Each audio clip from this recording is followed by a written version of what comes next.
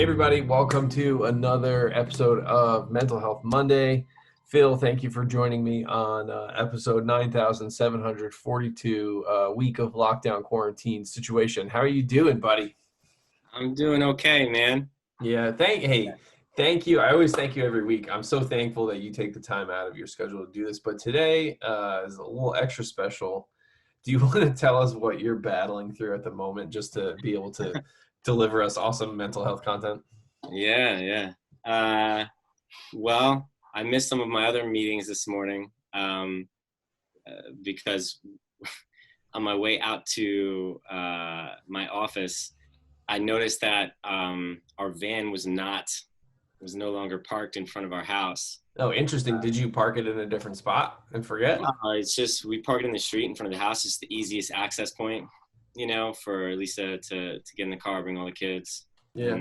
And I was like looking around, and I don't see the van. I'm looking ahead because sometimes we have to park it in front of the next car or something like that. I'm like, all right, yeah, it's not there. And then I remembered exactly where I parked it, and I was like, okay, this is weird. And just kind of like reparked my car and was thinking, we got home late last night. There's no way like this is happening right now. So our car got stolen last night, So we have one of those Ringer cameras, Yeah. and it picked up like at 4:20 we had a vehicle in the front. At 4:21 Gone. Oh man, that stinks. I'm sorry. Among all other things, to have to deal with that too has got to be frustrating. So we did pray for you this morning at staff meeting, specifically for you and your family. So hopefully that gets sorted out, and hopefully the rest of your day is without any additional stress. yeah. No, I'm not. I mean, I'm not laughing, obviously, at you. I'm laughing at you. No, I know you're always laughing with me. Yeah, if I wasn't laughing, I'd be crying at this point. I think I stood outside on the deck this weekend in the snow, and for those of you who don't know me, I have a strong passion against snow, or some would say a strong passion for warm, delightful weather. So for me to have to cover all my plants and garden with like double weight tarps and 10 mil plastic, and then just like sit there in a down coat on May 9th. That was almost my breaking point. This Mental Health Monday would have been done with a different host because I would have been gone away. Probably we've seen a lot more snow.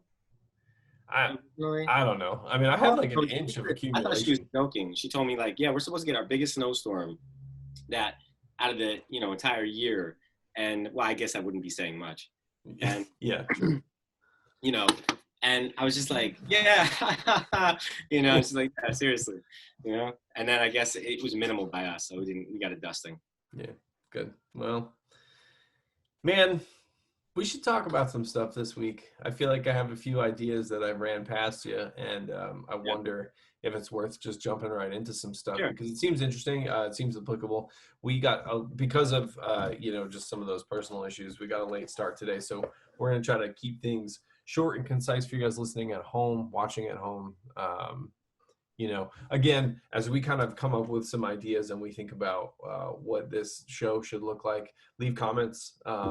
Please. Thank you. If there's things that you want to talk about, even if it's just a repeat, if there's something that you feel like you want a refresher on, we just want to hear what, kind of how this is helpful for you, what you think would make it additionally helpful. But I had a few ideas today, Phil. And one of them, as I had some conversations with my wife this morning, just about kind of my stress levels. We do a kind of a morning check-in and a midday check-in and a nighttime check-in, because that's that's about all we have to do right now. But we don't ask how you're doing anymore. We just do like a vibe check. So that was shout out to my buddy Josh Gamboa, who decided because it's like you ask people how you doing, right? Like I mean, I don't know, everybody's kind of doing a little crappy. We're locked at home. So what's a vibe check? It's just like, it's like, how are you doing? But it assumes that you're not doing well. So it's like, what's your level of not doing well or doing okay right now?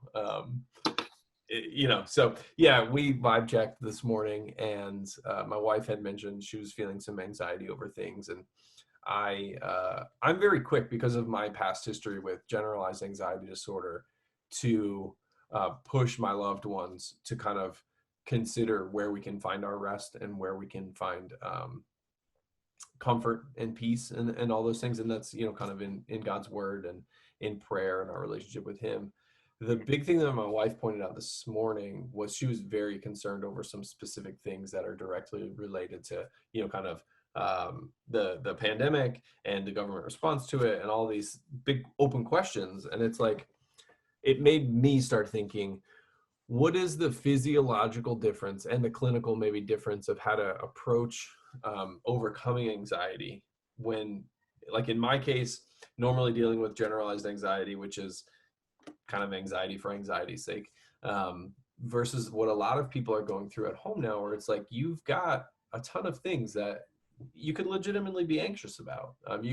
And maybe you don't call it anxiety, maybe you call it worry or concern or any of that stuff. But if your normal level's here, everybody's level is kind of here now because you're worried about your loved ones, or you're worried about what the feeling is inside, like when you go out into the world and you have a mask and gloves and all this stuff on and you can't buy enough bread, or only get one bottle of water. How do you, from a professional standpoint, Phil, how are you looking at that from like this kind of, I'm going to call it for what it is, we're all experiencing this kind of global trauma right now together. So what does that look like for you? What are your concerns, and do you handle those types of anxieties when there's this thing that you can really look at and say, this is causing it, how do we overcome it? Yeah, well, I think first of all, when you think about, you and I have talked about this before, but there's stress, there's normal stress and anxiety, and that probably lives somewhere, on a continuum, between two extremes. On one hand, we've got like hope and optimism, but if you tip over into that all too extremely, it's like denying reality, like not looking at the reality of the things that maybe should concern you, or you should be planning ahead for, thinking about, okay, well, how do we deal with this if this comes up? How do we emotionally prepare for the kind of things that could come up with that? And then on the other hand, you've got like fear, isolation, panic, denying, and denying the future. I think, or even living in like hopelessness, right? So denying the future, denying that there's any way forward. It's like it's just catastrophic. And I'd say somewhere in the middle of that, is this kind of hope, optimism, in light of realistic things that we need to take into consideration. And I think so yeah, and I think when anytime stress or worry kind of tips over into, it's kind of like if you think of a glass of water, and like we've got enough like margin in our emotional capacity, is like the amount of room in the glass, and events or our load emotionally kind of, as things continue to compound and keep happening, if that glass spills over, now we move into kind of like what might be diagnosable or symptoms, or into let's say trauma. Now trauma, I think one of the things, there's a problem. I think we underestimate just this idea that trauma occurs when human needs aren't met on a relatively consistent basis, and that includes the need to process trauma. So we need those moments, experiences that allow us to even process that, and that's been interrupted as well. Our ability, community has been pretty fragmented, and our ability to actually process what's going on and name that. So sorry, I was muted. Can we put a pin in that for a second? Let me ask you a secondary question. Mm-hmm. Can you process, or I should say, can we in a healthy way, process trauma while we're still in it? Or is it something that you feel like in this example, like we could start to come out of this, it sounds like from what the Governor Cuomo said today, like upstate is starting to reopen. So let's say even on like a hopeful spectrum, if we some of us start to go back to work in maybe 30 days or something like that. We know that there's an end, hopefully in sight, right? In a relative short distance. Is there a value in starting to process that trauma now? Or would you say like, you kind of just get through the day and then like we'll process this, at the end? Like, can you process trauma while still experiencing trauma? Yeah. Well, just think here. What was I just gonna say? Yeah. Well, I'd say, if we're in the midst of, okay, let me say it like this. Sure. When there's that quote. There's a quote that I really hate, and it's time heals all wounds. I think that's such a bad quote. It's just BS. Is that okay? I don't know. I think so. You didn't say the word, so yeah. you could have meant bee spit. Yeah, yeah. Like, I think, simple wounds, time heals, and but there are some wounds and some events that we go through that, if not attended to, get complex and infected.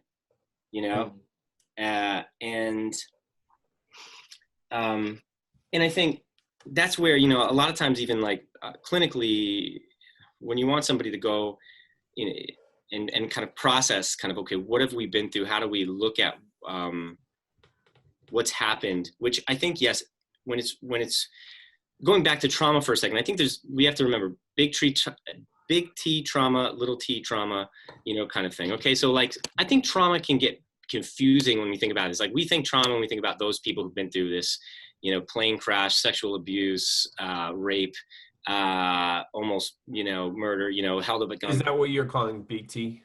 I guess, yeah. Like those like kind of catastrophic events that are sure, I think they happen and they're done, and then now you're car crash, yeah, or over time, complex trauma.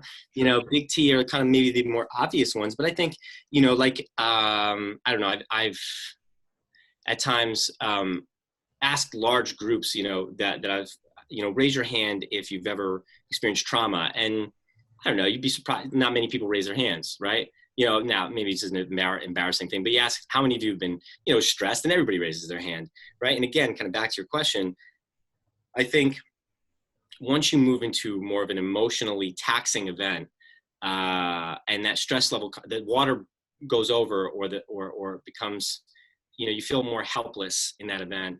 Now we've moved into, let's say, little t trauma. It's kind of like an emotionally regrettable incident. It's those areas of your past where, like, when you try to remember it, even relationally, if you've got into a fight with somebody, like a loved one, and you go back and you try to think about this instant where you maybe got really mad or frustrated or upset, and you notice that as you're trying to reprocess the event, it's like walking through quicksand. Like normally events, like they come back pretty, okay, well, this happened, even if you're not completely objective or factual. But then other ones, you go back and you're trying to remember, and it's just like torture to like go through, like, it's like, like going back, you're so upset. It's like, it's tiring even to try and think about what I said in that moment. Or yeah. Or you get that feeling in your stomach where you're like, ugh.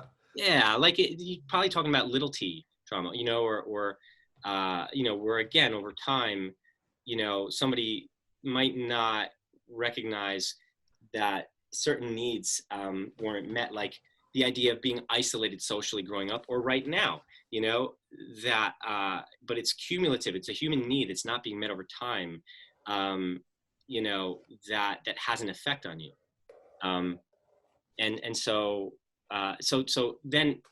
So just looking at the different things that we go through. So little t trauma, big T trauma, I would say when you go back and you look at like what we've gone through in childhood, as an example, the kid who's going through bullying and doesn't have an advocate or doesn't have, a home where maybe he feels like he can talk to his parents about what's going on. And so he feels unsafe at school, but then he goes home and feels unsafe at home, because when he tries to talk to his parents, he kind of gets criticized, scolded, and kind of like, well, what was your part in this?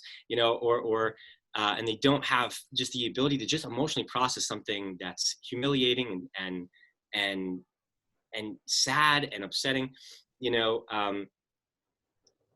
like that person, that maybe lowercase t trauma kind of thing, and maybe for some that it depends, it's subjective, what's a capital T trauma, what's a lower T trauma, but if that person has a resource to go to that they can make some sense out of what's going on, get a broader perspective, another voice to help them compute reality, then that's going to do a lot of good. Now, if you're talking about a war, somebody, a Marine who's in the midst of war and in part is using a method of disassociation in order to kind of do his job, and not be overwhelmed and flooded, to show up tomorrow and protect himself and the people around him, that guy might need, I'm not saying there's healthier and less healthy ways of doing it, but he might need some of those disassociative,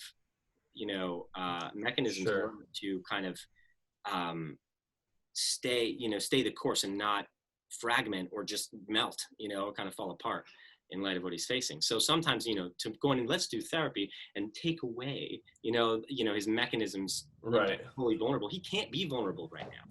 And same thing for the kid who's, let's say, being bullied. I've had instances, counseling, kids are more particularly prone to this, I'd say.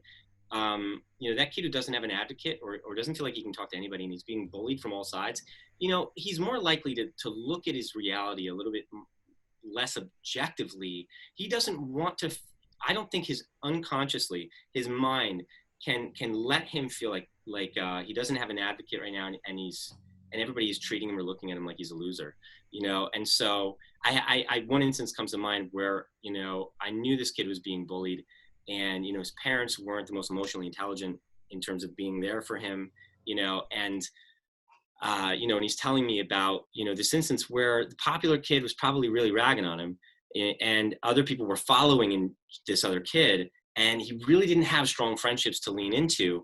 And so, he told me the story of kind of what happened, and then somehow he magically got to this place where, but I know everybody hates this kid, this popular kid, they all really hate him like I do and think he's this and that. And I'm like, well, how did you get to that, kind of thing. And it's like he needed this little mechanism to protect himself and tell himself, well, everybody hates him. He's really a bad guy. And everybody thinks he's a bad guy and everybody thinks this.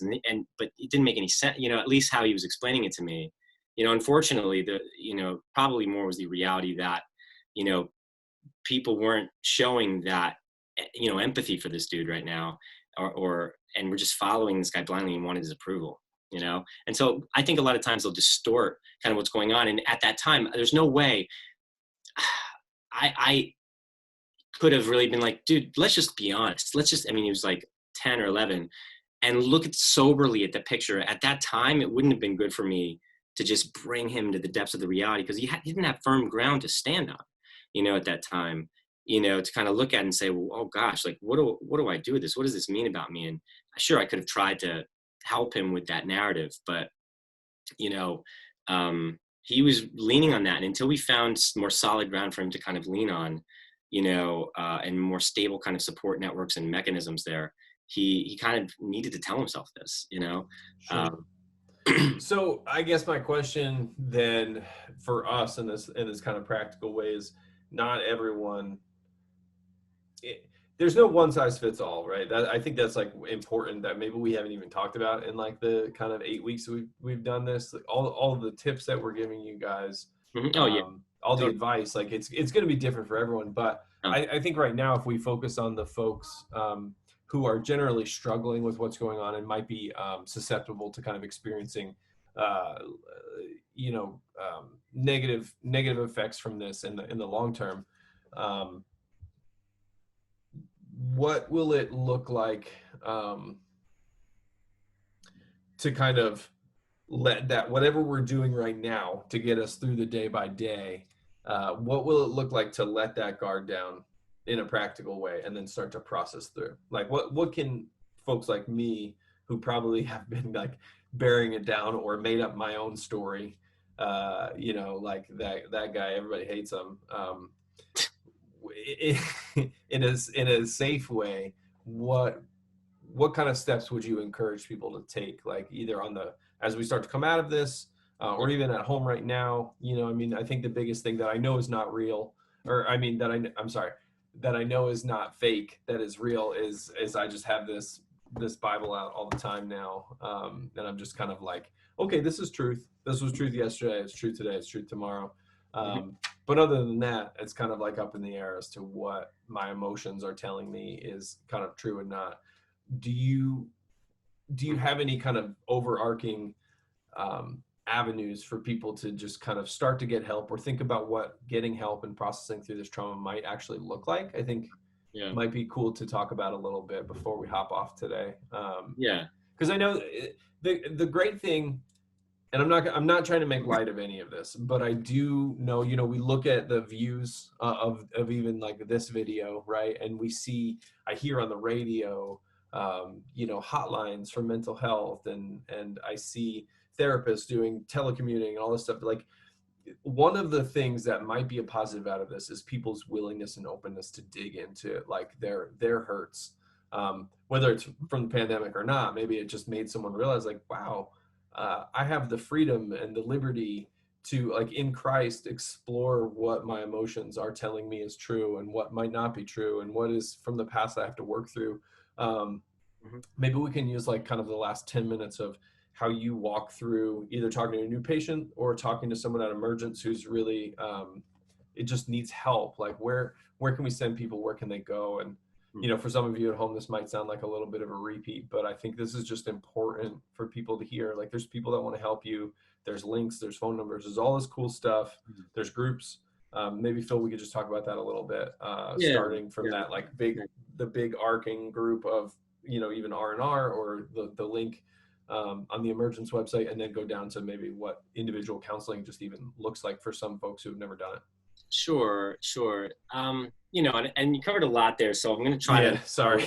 No, it's okay. Because I think one thing you definitely said in that, you and I get on here and we talk, and you are great at asking questions, helping me relax, but we kind of just go in a certain direction or another, and it's just it's not going to cover everybody's needs in that moment, and all sorts of things that we're going to say might fit one group and not fit another, and we're going to do our best to, you just recognize that one shoe doesn't fit all, so definitely keep sending those questions and ask, and so that we can stay relevant, and but I get, I think, so part of this is, we're all hearing words like right now, there's so many things that we're hearing, and I'm going somewhere with this, whether it's flattening the curve or unemployment or quarantine or shortages or panic buying or, coronavirus, shelter in place, masks in public. I don't know. Latest one I've been hearing is like murder hornets, Great. At least the snow probably killed the murder hornets. So we're good. As I think, we're all dealing with different stuff, and I want to talk a little bit about so we talked a little bit about kind of the different stress that we're dealing with, but I think there's also sure, what is how can we start dealing with this? What does emotional health look like? And I guess I want to talk a little bit though about even secondary trauma and its impact on us, secondary or vicarious trauma, because I think and this is a group that we love and care for. I hope, we're hoping to provide some more support networks for, people who, let's say, are in first responders or even therapists or people on the front lines, just hearing stories or being right and present with certain trauma that's coming up, but I think just this idea of, let's say secondary trauma, the stress resulting from helping or wanting to help a traumatized or suffering person. You might not have been exposed to it yourself, but your empathy kind of muscles are extending out, and and if we're not careful, can really absorb a lot of other people's trauma, a lot of humanity's trauma, a lot of what's going on around us, and vicarious trauma, the cumulative transformative effect of working with survivors of traumatic events. So that one, it's like you're more exposed, it's over time, it has a more compounding effect. But just this idea that we're probably all, it's not even, that niche group, we're all news, social media, sound bites, just depending on how much news you're watching, you might be taking a lot of this on right now. And if you're living on the feeds of threat and negativity, our bodies and brains can only consume so much of that, before it becomes our stuff. And it's important that we don't underestimate how much cumulative stress of others, or like I said, like of humanity, that we might be taking on, unconsciously, and taking to the extremes, which takes us away from just being centered and emotionally kind of healthy or fit, so I think just recognizing that, and I think, we underestimate how important it is to, and that's why we've talked about it so much, to stay in tune and on track with kind of what, our own mood, emotions, its effect on ourself, our thought life, its effect on others. And I think there's a couple of mistakes along with that we can make that, can make it worse, and a couple practical things maybe, on the flip side of that. So if one mistake I think we can make is we get very narrow, constricted thinking, all or nothing kind of thinking, extreme thinking patterns, essentially a skewed perspective.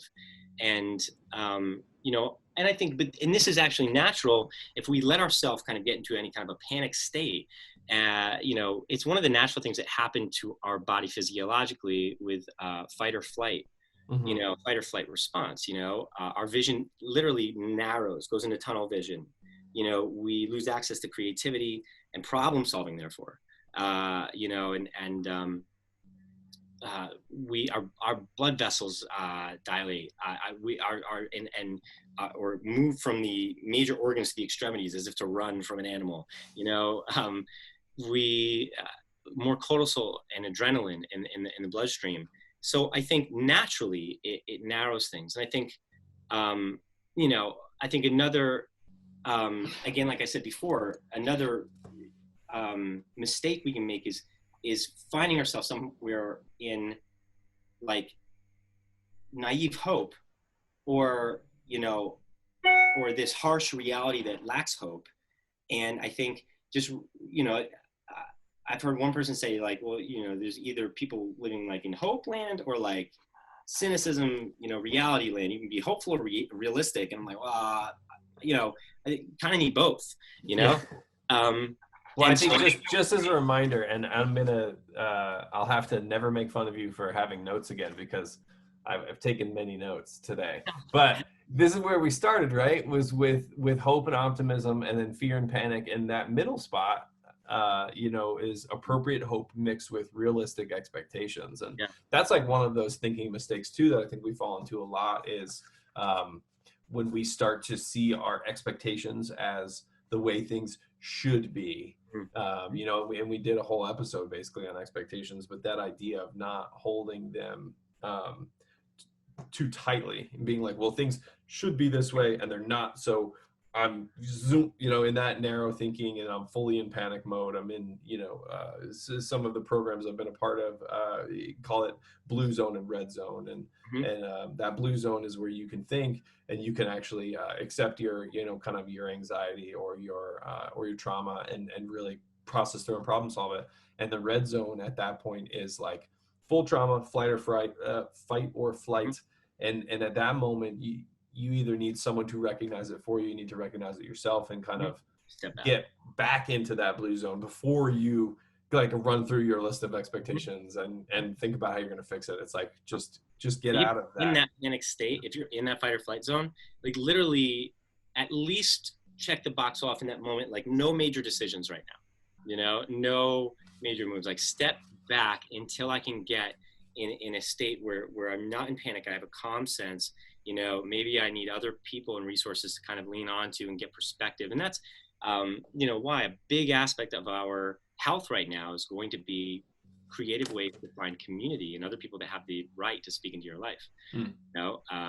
That's a great segue because I'm looking at the clock, and I just want to make sure that we can edit this and then post it and upload it. So I'm gonna get to the point where I'm cutting us off. But in terms of community that's available right now for folks that are experiencing trauma, that are experiencing panic, that are experiencing hurts, tomorrow night, right?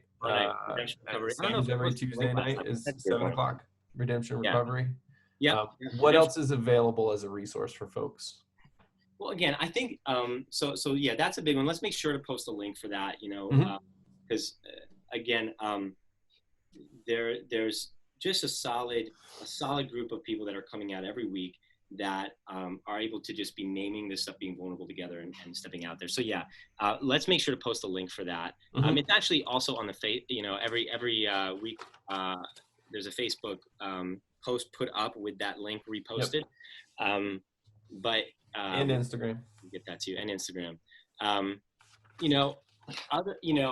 Other than that, I'd say again, I'd be showing up on Sundays, for example, and at least for what Emergence offers, right? And showing up on Sundays, and also you can access our Emergence Counseling Referral Network.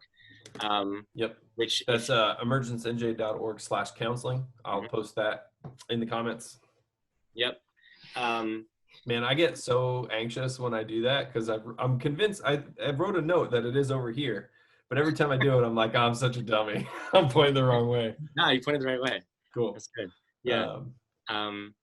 So yeah, emergencenj.org/counseling.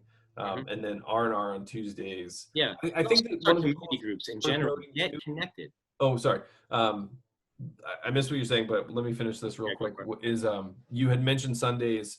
I think now more than ever is so important for us to be involved in time on Sundays where we are going to church.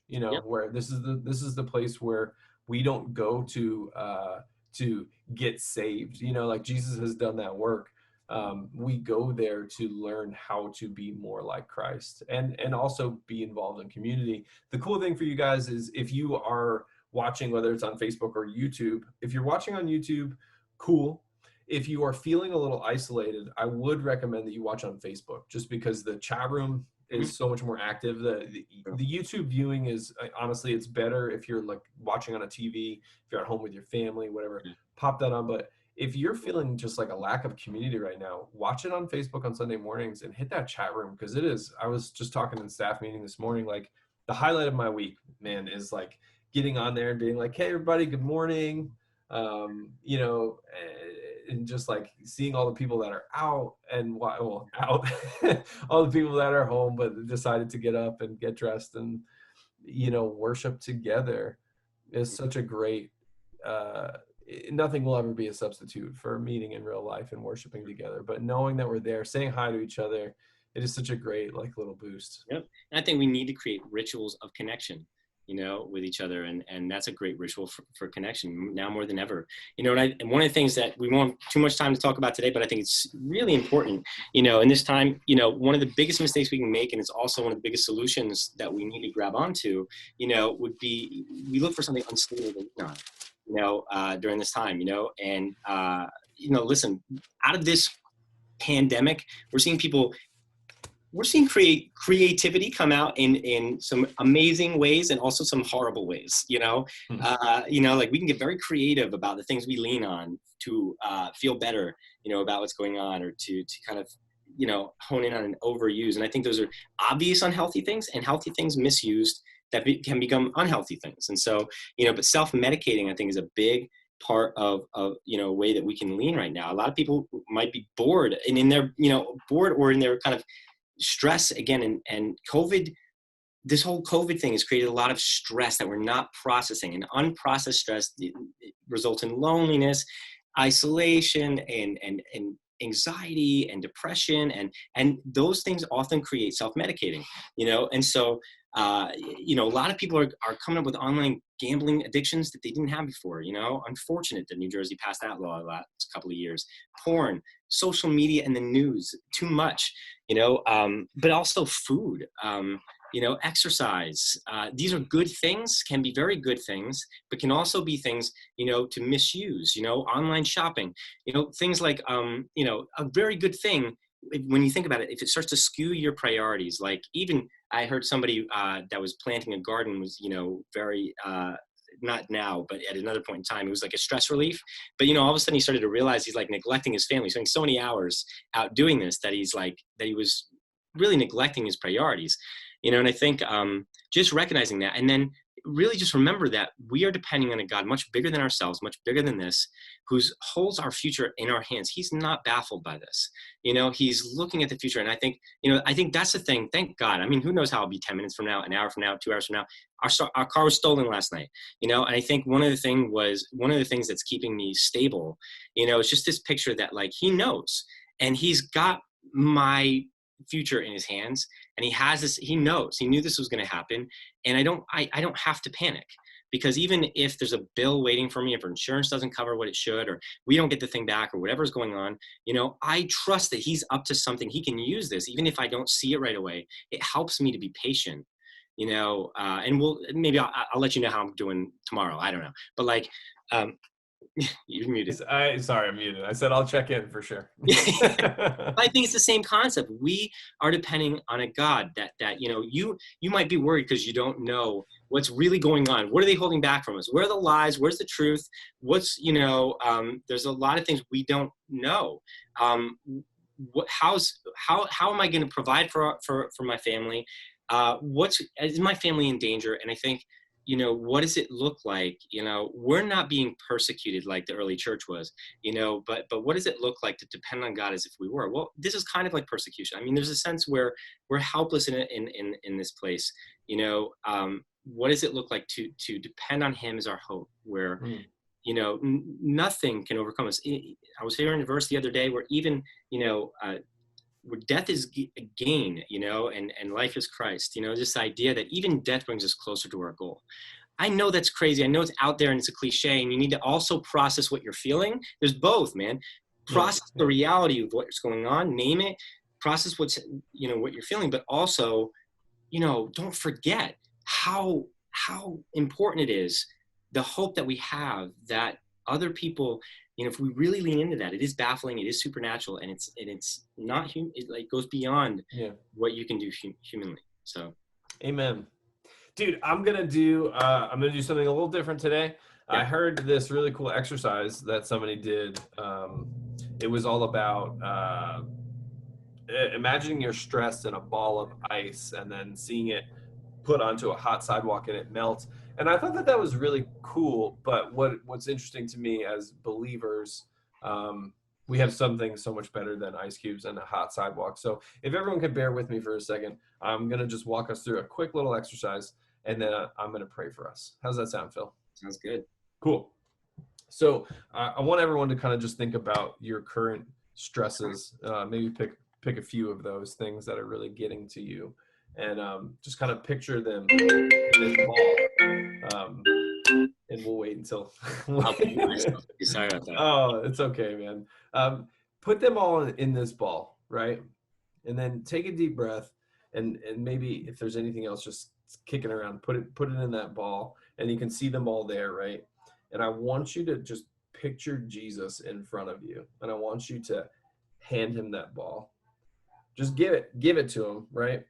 And then instead of thinking about this kind of destructive nature, where God would just destroy these stresses or just eradicate them, I want you to almost think about that ball now as being super light, because these things are so kind of unnecessary to God, like you said. Like he doesn't worry about them. He doesn't fret about them. They're light, and they just kind of disappear. They disappear at, you know, in God's hands. They disappear at his feet. And I want us to just like take a deep breath in and really live in that truth, that there are no stresses that we have, that God doesn't understand, but that he also doesn't fear. And it's just amazing, and it's free. And I pray that we would all be free of that. And I'm just gonna pray for that now. That Lord, I pray for everyone listening now, for everyone who will hear this in the future, for anyone who needs to hear this, the truth that you are greater. I don't even have to put anything after that, because you are greater than everything, Lord. You are the maker of the universe, yet you love us all individually. You know us deeply and intimately. You know the things that we fear. So I pray you would come alongside each and every one of us, that we would open our hearts, let you kind of radically change us, take away those stresses, even if for a moment, allow us to get back into a state where we can creatively think and creatively problem solve, um, and make this place a little bit closer to heaven, because we're that much closer to you, God. I pray for our first responders that might be feeling that secondary trauma right now, Lord. I pray that you would give them ease.